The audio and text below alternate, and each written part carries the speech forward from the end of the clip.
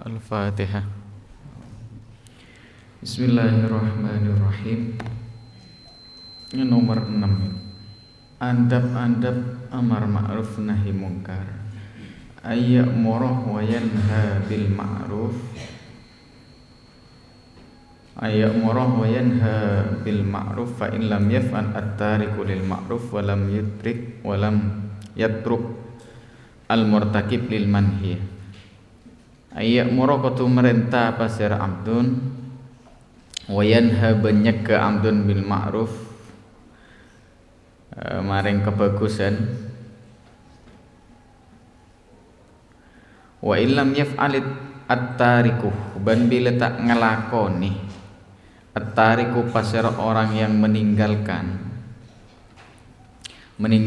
lil ma'ruf maring perkara-perkara ma'ruf, perkara-perkara bagus. Walam yatruk ban tak tinggal al-murtakibu pasera orang yang melakukan lil manhi maring larangan-larangan. Wa adahu bima yurakkiku qalbahu. Wa adahu maka anasehat pasera abdun hudak ke murtakib bima kalaban bareng yurakkiku se melunak bisa melunak panapama qalbahu dak ke atena murtakib. Dak napa carana bidzikri ma warada fi syar'i min adillatit tarhib wa tarhib kalaban nyeputake dalil-dalil warada selebat panapama fi syar'i dalam syariat nyata nama min adillati targhib wa tarhib dari dalil-dalil anjuran ben ancaman. Fa illam yahsul al imtithal maka bila tak berhasil al imtithalu panapa goals tujuan istakmala ibaratit ta'nibi wa ta'nif maka aku naakina pasera abdun ibarat taknib dak ke ungkapan atau kalimat-kalimat tegas wa taknif ben keras. Ya Allah silok bisa maka harus dengan kalimat-kalimat setegas dan keras. Wa irlati fil qauli pada kasar keras fil qauli di dalam tebuan.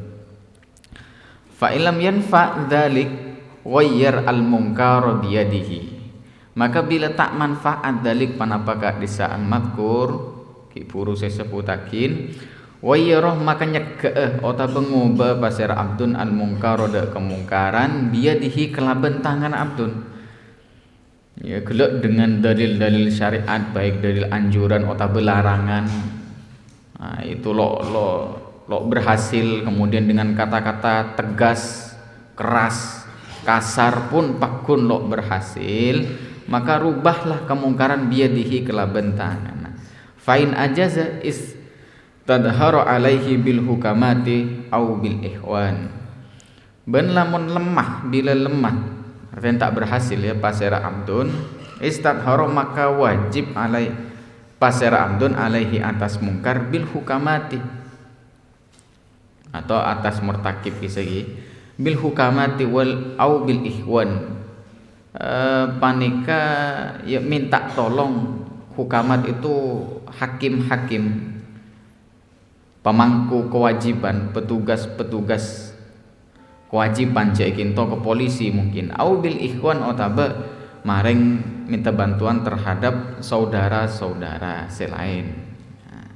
Jadi bila ada kemungkaran di daerah kita mungkua pakik bodoh kemungkaran saya terus berjalan aktif maka hal yang pertama nikah mereka harus diingatkan dengan dalil-dalil yang ada di dalam syariat baik itu dalil kipur anjuran ataupun ancaman ya targhib wa tarhib itu.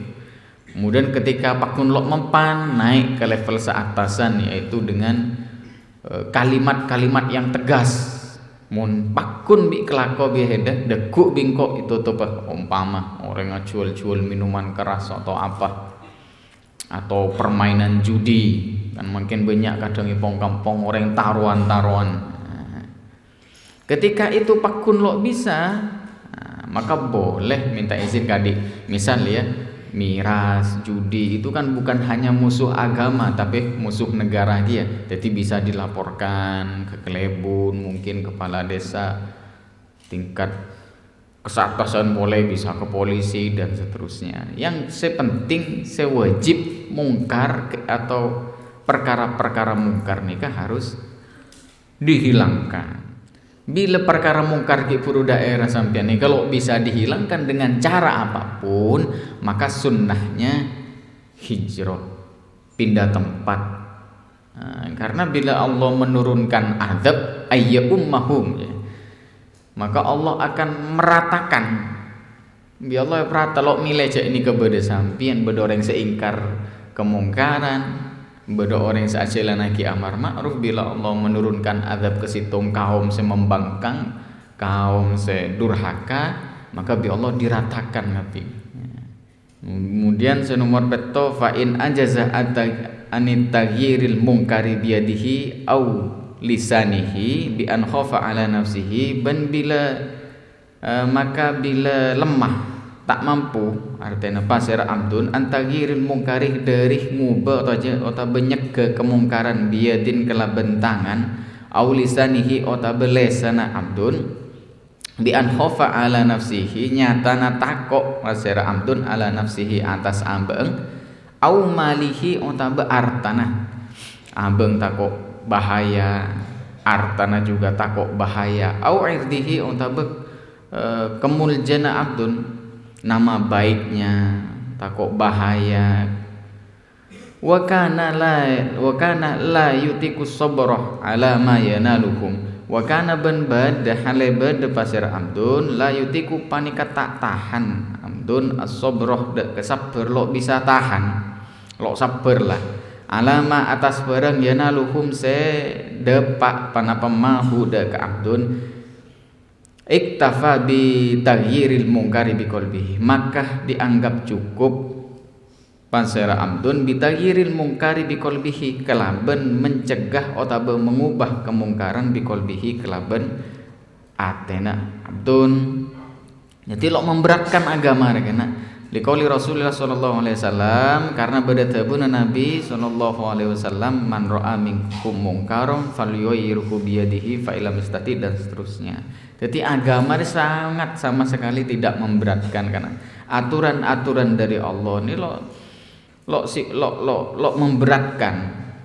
Artinya ketika melihat amar ma'ruf nahi mungkar, syariat mengharuskan ketika beda kemungkaran, syariat mengharuskan kita untuk mencegah hal tersebut. Ketika beda hal sebagus ma'ruf yang ditinggalkan, syariat memerintahkan kita untuk memerintah, untuk mengingatkan agar melaksanakan ma'ruf nikah.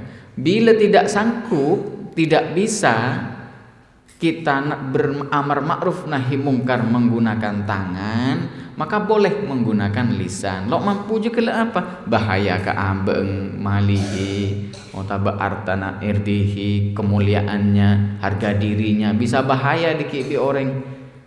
Nah, maka boleh dengan lisan. Lisan tako bahaya ki pakun tako, maka dengan ate. Le ate ni ka ataful iman. Iman yang paling lemah. Malah nang hadis-hadis sebelumnya dikatakan mon orang tidak beramar ma'ruf nahi mungkar sampai ke level terbawah yaitu ingkar lebet ate, maka tidak ada iman lagi di dalamnya. Walaisa wara'a dzalika minal iman habbatu khardalin, bahwa tidak ada keimanan lagi setelah keingkaran dengan hati walaupun sebesar biji sawi jepon Rasul. Ada iman boleh. Jadi orang yang ya ada iman lah bisa yang lo andi iman ketika lo ingkar terhadap barang mungkar lebet ate. Nah itu amar ma'ruf nahi mungkar, karena situng prinsip yang sampai kiamat selama seorang muslim itu bernafas ya, selama masih menghembuskan nafas kianya wajib ditegakkan ya. Setiap orang muslim kena, kita semua, ada yang mengikat kita semua, wajib ditegakkan. Dan amar ma'ruf nahi mungkar ya banyak bahas riberi, cara-cara nah, makin terakhir adab-adabnya. berbicara sehingga tidak menimbulkan kegaduhan dalam masyarakat.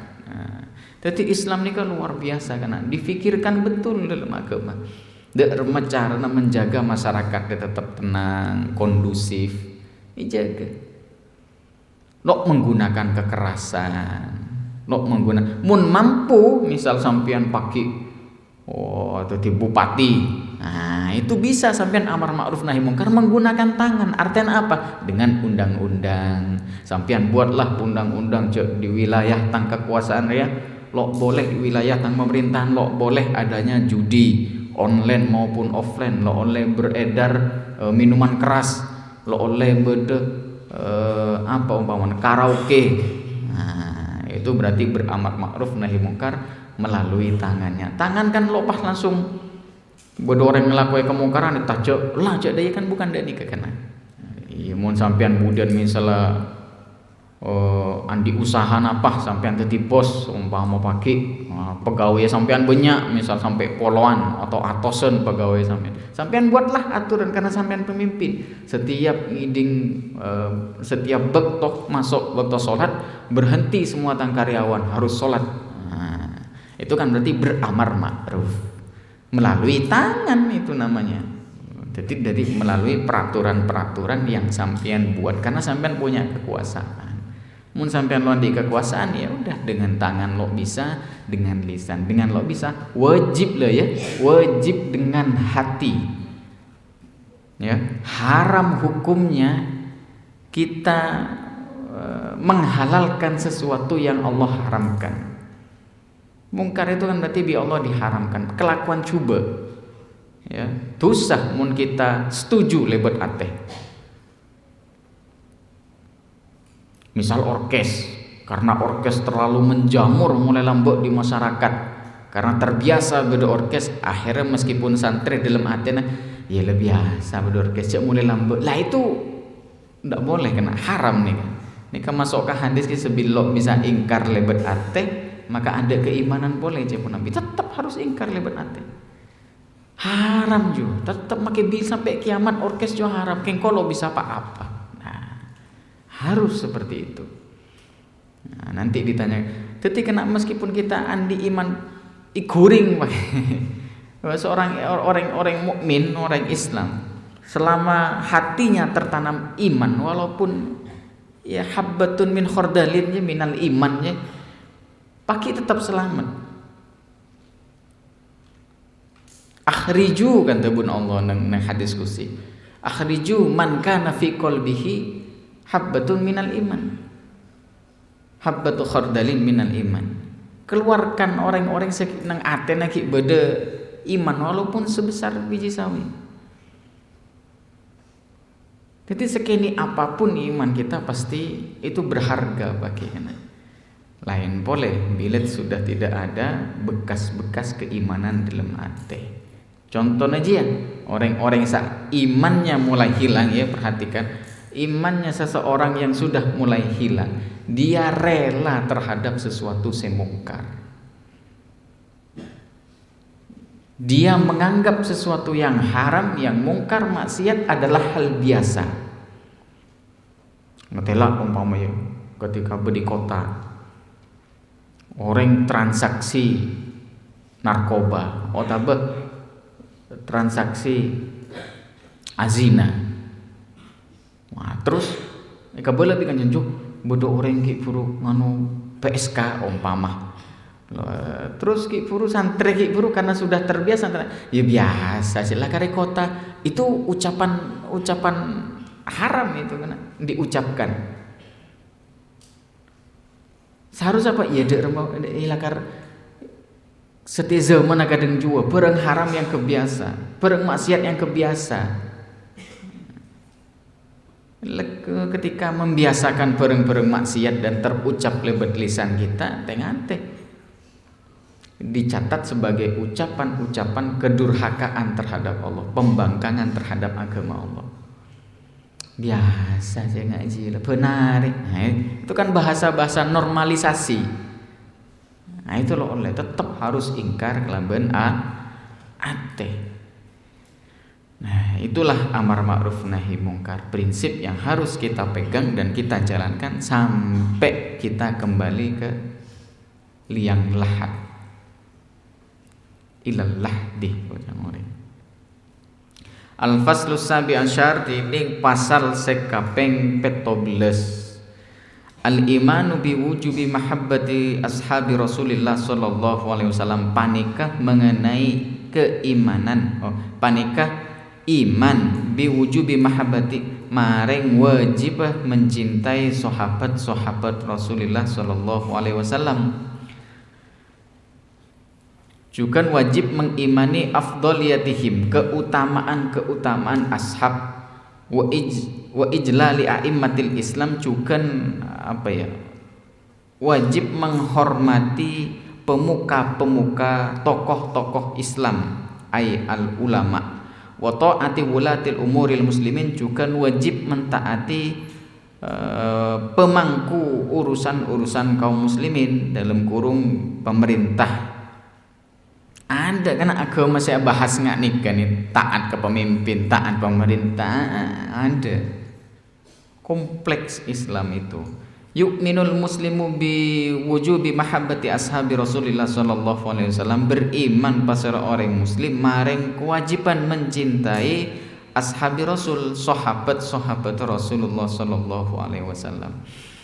Juga wajib wa ala baitihi, mencintai keluarga-keluarga Rasulullah sallallahu alaihi wasallam, ahlul bait, wa afdaliyatihim, dan keutamaan-keutamaan ashab, ala man siwahum, atas orang siwahum lain ashab, minal mu'minin wal muslimin, dari orang-orang mukmin dan orang-orang muslim selain sampai ada kiamat. Ya kan cek paham lagi bahwa mungkin mereka adalah umat terakhir, umat Islam terakhir. Kenapa terakhir? Karena nabinya juga nabi yang terakhir. Artinya Allah tidak akan mengutus lagi seorang rasul sampai hari kiamat. Jadi kita nikah umat Nabi Muhammad SAW, umat yang terakhir dalam peradaban Islam, peradaban manusia menurut pandangan Islam. Jadi marina generasi kita hari kiamat, generasi umat Nabi Muhammad pas kiamat ada generasi pole. Dan paling bagus, paling hebat generasi kita, kelas kita, yaitu kelasnya Nabi Sallallahu Alaihi Wasallam dan para sahabatnya. Kiai dan santri pertama dalam Islam, kiai adalah Rasulullah Sallallahu Alaihi Wasallam, santri para sahabat-sahabat Rasulullah. Yaitu generasi terbaik sampai kiamat. Ada generasi yang bisa mengalahkan baik dalam keimanan atau dalam amalan. Itu dijelaskan oleh Nabi nang banyak hadis. Wa annahum fima bainahum mutafawitun fil fadli. Wa annahum bansongkun ashab fima kalaban bareng bainahum sebeda yantarana ashab mutafawituna panika saling pita-pita, berbeda-beda. Nyata nama fil fadli dalam keutamaan, wa guluwid darajati, bentekina derajat. Kenapa beda-beda? Bihasbi asbik apa aja? Asbagiyatihim songkuna fil Islam, kelaban sebab ngadeng ashab fil Islam dalam masuk Islam.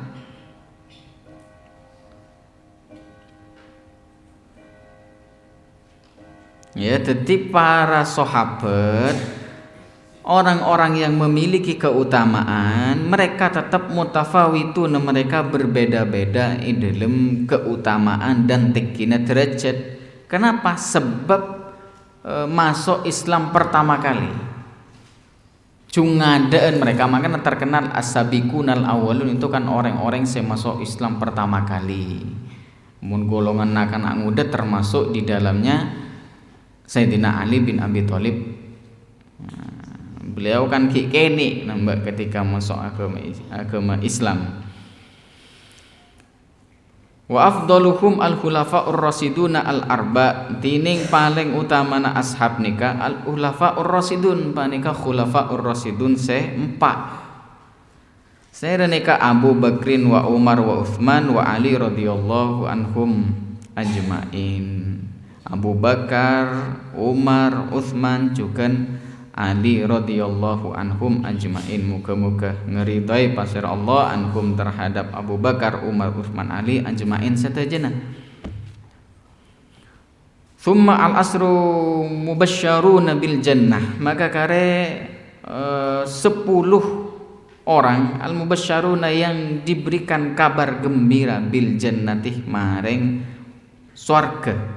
10 sahabat yang tercatat dijamin masuk surga. Sereneka wahum ar-rasyidun al-arba kala khulafa ar-rasyidun seempat. Kemudian wa Talhah bin Ubaidillah wa Zubair bin Awam. Talhah bin Ubaidillah, Zubair bin Awam, Sa'ad bin Abi Waqqas, Sa'id bin Zaid, wa Abu Ubaidah, Amir bin Jarrah, wa Abdurrahman bin Auf. Thumma ahlul badar, kemudian ahlul badar, orang-orang yang syahid di perang Badar dan juga orang-orang yang ikut dalam peperangan Badar.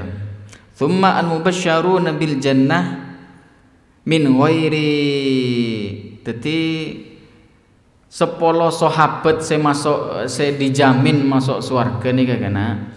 Mari jelasake sampun dateng. Sebagian besar nika diislamkan oleh Abu Bakar. Selo diislamkan Abu Bakar nika selain dari Khulafaur Rasyidin ki puruhi, nang Khulafaur Rasyidin pada Utsman bin Affan. Nika termasuk kancana Abu Bakar. Diislamkan oleh Abu Bakar, Abdurrahman bin Auf, kemudian siapa? Sa'id bin Zaid. Karo nikah dua nikah selo diislamkan sarang Abu Bakar. Anapun selain itu diislamkan sarang Abu Bakar. Jadi ketika Abu Bakar radhiyallahu anhu nikah masuk Islam, ya, bersyahadat kepada Nabi, langsung entar keluar kana. Entar keluar, entar ke kanca-kanca akrabnya. Lare kanca akrab kafir. Sa'ad bin Abi Waqqas, Zubair bin Awam, Talhah gak dito. Kemudian Utsman bin Affan, teman-teman dekatnya kabeh. Ini kayak yentaren, diajak masuk Islam. Seharusnya kan kita mencari teman sekadeng nikah. Ketika mendapatkan sesuatu sebagus, lo kelopai ke kancana. Bahkan sampai tercatat sebagai as-sabiqun al-awwalun. Sahabat-sahabat yang masuk Islam pertama kali. Kemudian orang-orang yang diberikan kabar gembira maring jannah selain dari 10 gelek nikah. Min wairi asyrati, selain dari 10 gelek sera ka Fatimah Az-Zahra, waladaiha dan kedua anak Fatimah yaitu Hasan Husain, rajina Sayyidina Ali bin Abi Thalib, wa Thabit bin Qais, Bilal bin Rabbah wa ghairuhum. Bilal nikah hadis kisah ketika Rasulullah tabu apa amalannya, amala hede je apa mi sampai sengkok je ngiding suara trompak kaki, trompak sandal nang swarga. Jadi orang mau jalan kan kadang andik ciri khas kan kena munyi sandal ki bodo sat sot sejelas lo kira dek nih keding sahabat Bilal kan bodo nak kan so irit sandal sot. Jadi mungkin andik ciri khas suara jalannya didengar oleh Rasulullah ketika nang swarga.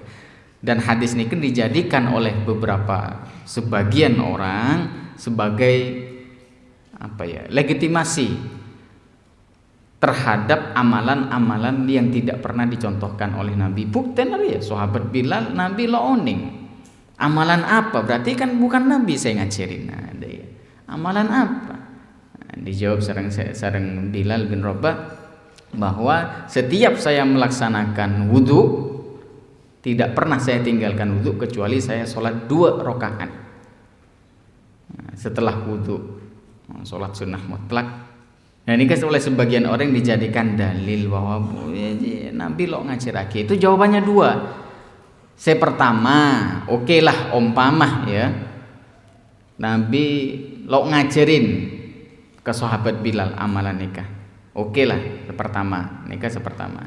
Tapi hadis nikah ya, hadis itu kan qaulun, tebuna Nabi, fi'lun, terus apa boleh? Takrir atau ikrar. Takrir itu persetujuan Nabi. Lah ketika Nabi mendengarkan umpama Nabi lo ngajari sahabat Bilal, Bilal apa saya kelako? Mi sampai depak ke surga sandala sampean. Anu Nabi kula setiap wudu langsung sholat 2 rakaat. Lah itu disetujui bi Nabi. Takrir berarti jadi syariat. Jadi berarti sahabat Bilal lo ngarang. Umpama ngarang lah, umpama ngarang, tapi setelah itu disetujui oleh Nabi. Takrirnya mana itu masuk bagian hadis, berarti masyru' disyariatkan. Lemun setia umpama beda orang ngarang-ngarang amalan lo bisa jadi syariat. Kenapa? Karena tidak ada yang mentakrir, karena Rasul sudah tidak ada. Siapa yang mentakrir? Jadi sepertama juga.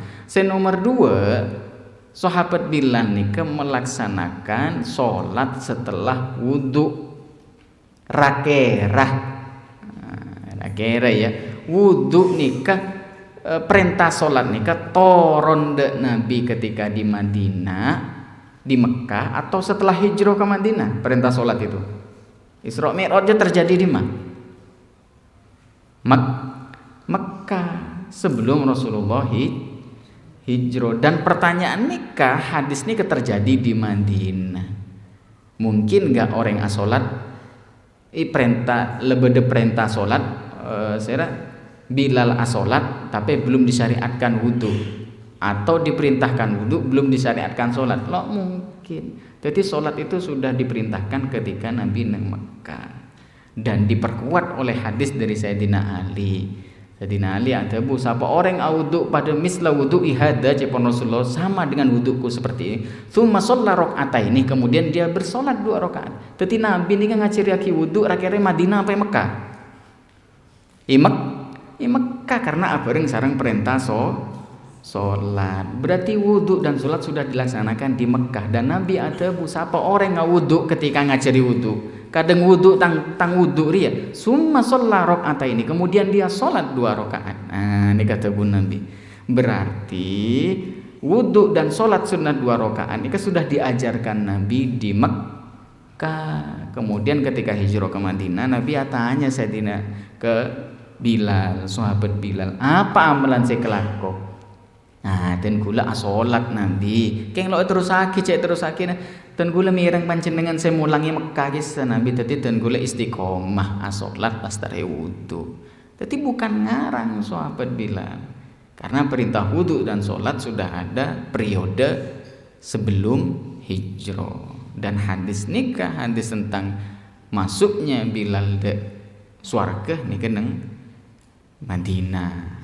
Bisa lo kena mun zaman semakin ngarang ya lo bisa. Siapa yang mentakrir kemudian bisa menjadi syariat? Siapa sih berhak? Kan cuma Nabi. Sementara Nabi SAW ampun wafat. Jadi lo bisa. Thumma ahlul bai'atih, kemudian ahlul bai'atur ridwan, bai'at ridwan. Wa kanu ban bada pasara ahlul bai'at nikah alfan wa arba'mi'ah, 1400 sahabat radhiyallahu taala anhum ajmain, berjumlah 1400 sahabat. Bai'atur ridwan nikah bai'at yang terjadi ketika Rasulullah sallallahu alaihi wasallam bersama rombongan sahabat ingin melaksanakan umroh ke Mekah, dihadang oleh kafir Quraisy oleh masuk. Nah, kemudian Rasulullah ngutus salah satunya sahabat Utsman bin Affan untuk berdialog, melobi masyarakat Quraisy masuk ke Mekah. Ternyata abid nok lem abali. Sayyidina Utsman nok lem ali bali. Dan dikabarkan bahwa Sayyidina Utsman ditahan di dalam. Wah, itu memancing kemarahan Nabi sallallahu alaihi wasallam. Ketika mancing kemarahan Nabi, Nabi mengajak orang seikut dalam rombongan untuk berbaiat. Nah, baiat ini kayak kocak, baiatur ridwan. Baiatnya apa isi baiatnya? Untuk janji kesetiaan membela Nabi Muhammad sallallahu alaihi wasallam. Baiatnya terjadi di bawah tahtas syajarah, di bawah pohon syajaratur ridwan. Pada para ulama menyebut nikah pohon ridwan. Lah orang yang bersumpah ini kan diabadikan dalam Al-Quran sareng Allah dan dijamin Allah ridho terhadap mereka semua senorok berbaiat, termasuk Sayyidina Utsman meskipun lo ngira yang berbaiat. Nah, itu dijamin masuk surga kan. Betapa bahagianya. Allah sudah ridho nih. Munku lebih sampian jangankan Allah, tetangga, ring tua kilo temu ridho. Nah, nikah para sahabat sudah diridhoi bi Allah karena orang tersuci dari generasi dari umatnya Nabi Muhammad. Ada apa tersuci? Orang-orang yang memang Allah sebutkan engkau ridho ke kalian. Sare deki ayat dari baiatur ridwan, berbaiat di bawah pohon. Dan kejadian inilah deki saya memicu terjadinya perjanjian Hudaybiyah. Perjanjian genjatan senjata antara kaum muslimin nang Madinah di Mekah selama 10 tahun. Tapi lo bertahan karena dilanggar oleh Quraisy. Kafir Quraisy nang Mekah melanggar. Kemudian setelah dilanggar, di situ yang menyulut terjadinya juga Fathu Mekah. Baca kana sejarah-sejarah kelopain. Malelo kelopain. Nih perpus kan banyak buku-buku sejarah. Nah, nang Fathu Mekah itulah kemenangan kaum muslimin, berjayanya orang-orang Islam nang Jazirah Arab. Jadi Mekah diserbu oleh kaum muslimin sambil melaksanakan haji yang terkenal dengan haji wada, haji perpisahan Nabi. Di situ Nabi berkhutbah luar biasa. Cepon para sahabat itu seakan-akan menandakan itu khutbah terakhirnya Nabi. Punya dalam khutbatul wada, terkenal dengan khutbatul wada. Dalam isi khutbatul wada ini poin-poinnya banyak diadopsi oleh Perserikatan Bangsa-Bangsa PBB, khususnya dalam masalah sosial, dalam kesetaraan gender, dia banyak diadopsi dari khutbatul wada, khutbahnya Nabi SAW. Sayyidina Bilal naik ke atas Ka'bah mengumandangkan adzan. Orang kafir ketika itu sudah ketar-ketir masuk Islam, tapi mau tidak mau masuk Islam. Itu sejarah perjuangan para sahabat luar biasa karena ada seapa kita para sahabat nih kan. Ada seapa lo sebanding sama sekali.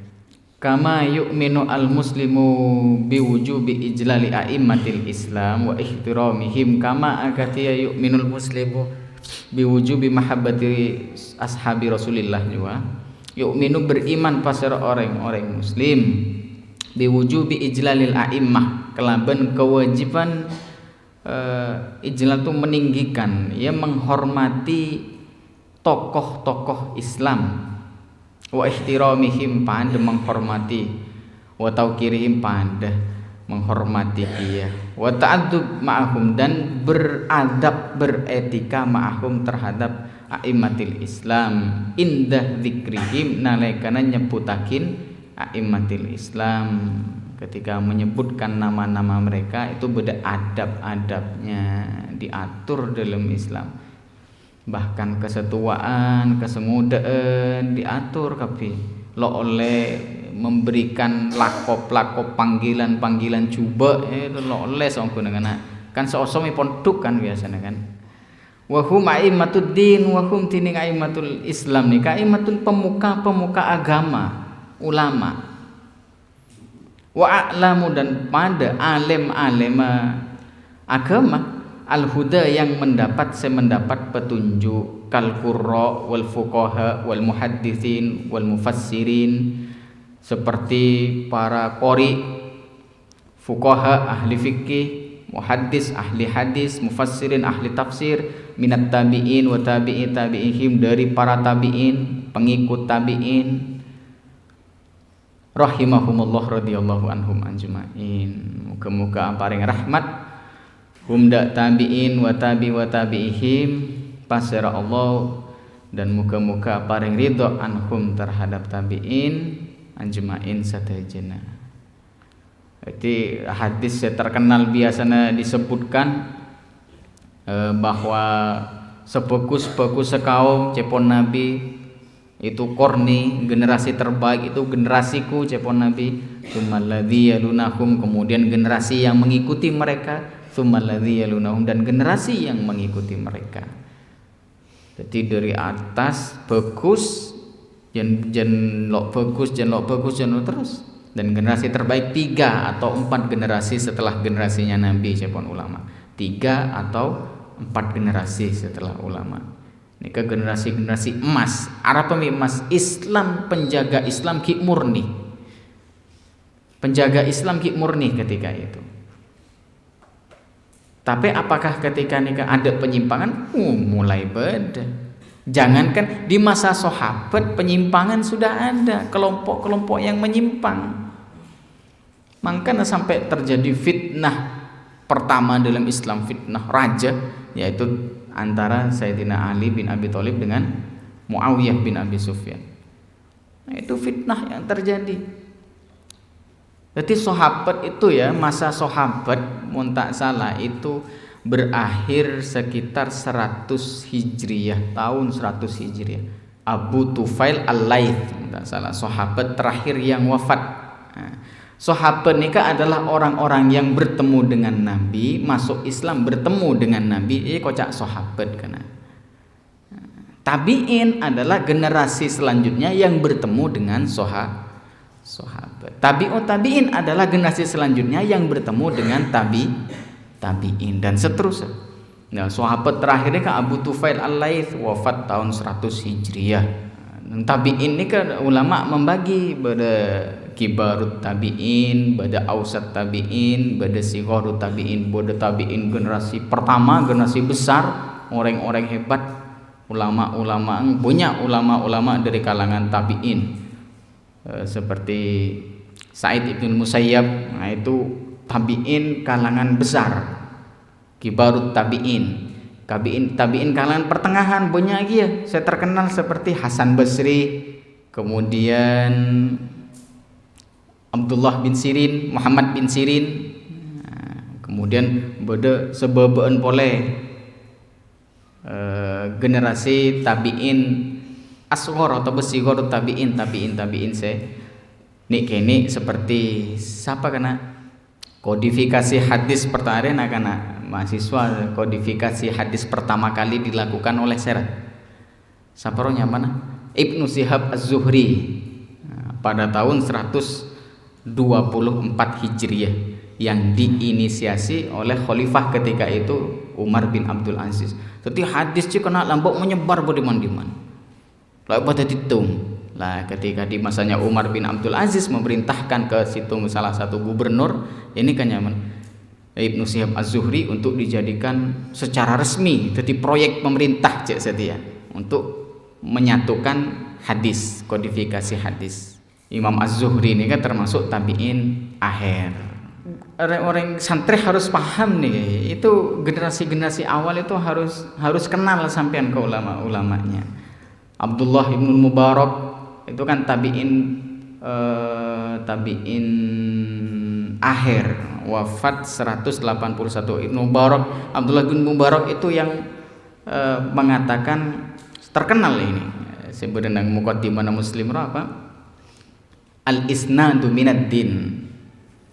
Laulal isnad laqala man syaa ma syaa. Itu saya terkenal kan Abdullah bin Mubarak bahwa isnad sanad itu bagian dari agama. Mun tanpa sanad seseorang bisa mengatakan apapun sesuai semau mereka.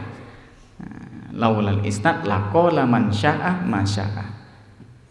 Siapapun boleh berkata. Ibnu Sirin, Muhammad bin Sirin yang saya terkenal dalam ilmu hadis nih ke orang pertama kali yang mengkoreksi sanad dengan tebuannya saya terkenal sammu lana rijalakum kunu lam yakunu yas'aluna anil istad falamma waqa'atil fitnatu qalu sammu lana rijalakum, bahwa para sahabat, para tabi'in lembok, para ulama tidak pernah cepon Ibnu Sirin menanyakan tentang sanad.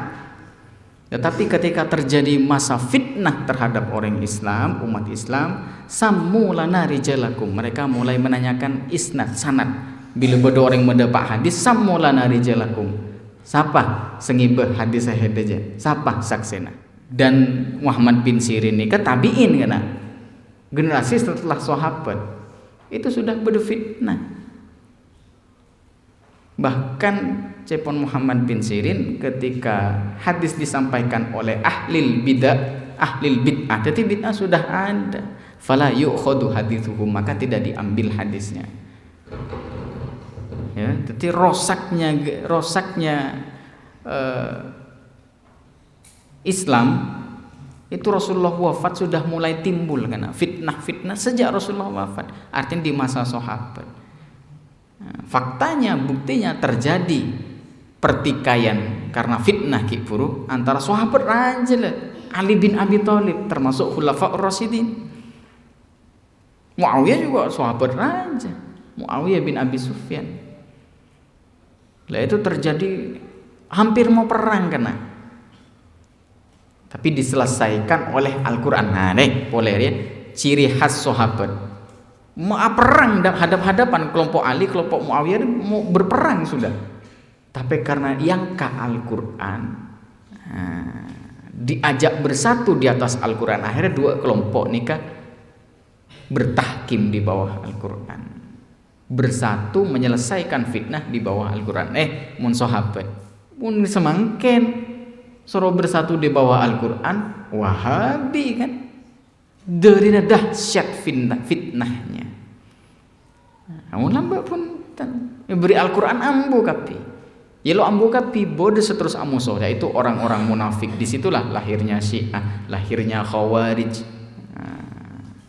Syiah nih kok orang sefanatik Sayyidina Ali, Khawarij pada kelompok setuju dengan tahkimnya yang terjadi, membentuk dua kelompok sepada firqah dollah, kelompok-kelompok tersesat karena tidak mau bertahkim di bawah Al-Quran. Dan kita sebagai umat Islam yakin bahwa setiap kejadian itu takdir dari Allah, dan setiap yang Allah takdirkan tidak mungkin ada hikmahnya, semuanya ada hikmahnya. Seakan-akan Allah mau kasih tahu karena setelah Nabi Muhammad wafat, fitnah sudah ada di zaman sahabat. Celing cara penyelesaiannya, seakan-akan Allah ada budaya ke kita. Celing cara penyelesaiannya, yaitu dengan Al-Quran. Dan celing orang-orang yang selalu hendak bertahkim di bawah Al-Quran, siapa? Khawarij, Syiah. Seakan-akan Allah ada budaya. Diperkuat di hadis Nabi, taraktu fikum amroini lan tadillu abadan mastamaksaktum bihima kitaballah wa sunnatan nabiyhi. Aku tinggalkan cepon Nabi dua wasiat, dua pusaka yang ketika tang umat berpegang teguh kedua dia sampai kiamat akhir tersesat. Apa? Al-Quran dan sunnah Nabi. Nah, jadi kurang apa ke kita? Dalil sudah sangat kuat, jauh-jauh dari Al-Quran, jauh-jauh dari hadis, dengan tetap mengikuti pemahaman para ulama. Iya, karena kita kan reng awam, reng bodoh nggak kita nih, kalau bisa langsung membaca tafsir, membaca syarah, lo bisa ikutilah pemahaman ulama-ulama Ahlus Sunnah wal Jamaah, ulama-ulama yang tetap berpegang teguh kepada Al-Quran dan hadis Nabi SAW. Insya Allah lo kira kesasar kan? Selama tujuan kita adalah Al-Quran dan hadis, prinsip kita Al-Quran dan hadis. Ketika prinsip kita yang kita ikuti bukan Al-Quran dan hadis, tapi sosok ulama A, ulama B, ulama C, kiai A, kiai C, kiai B, udah hancur. Kenapa kok hancur? Karena setiap ulama, setiap kiai, siapapun tidak ada yang memiliki sifat maksum, terpelihara dari kesalahan. Jadi ada jaminan selalu benar mengikuti kiai atau ulama. Dek nih maksudnya bukan deki pa fitnahna lo endek ke ulama, repot orang mulai kadung nang zaman-zaman fitnah ya dek nih yang terjadi. Difitnah londa ke ulama, melecehkan kiai, merendahkan kiai, pada nggak bisa. Tetap kita membutuhkan ulama dan para ahli ilmi di dalam menafsirkan ayat-ayat Al-Quran dan hadis. Intinya sesuai dengan pemahaman para salafus soleh deh. Wallahu a'lam.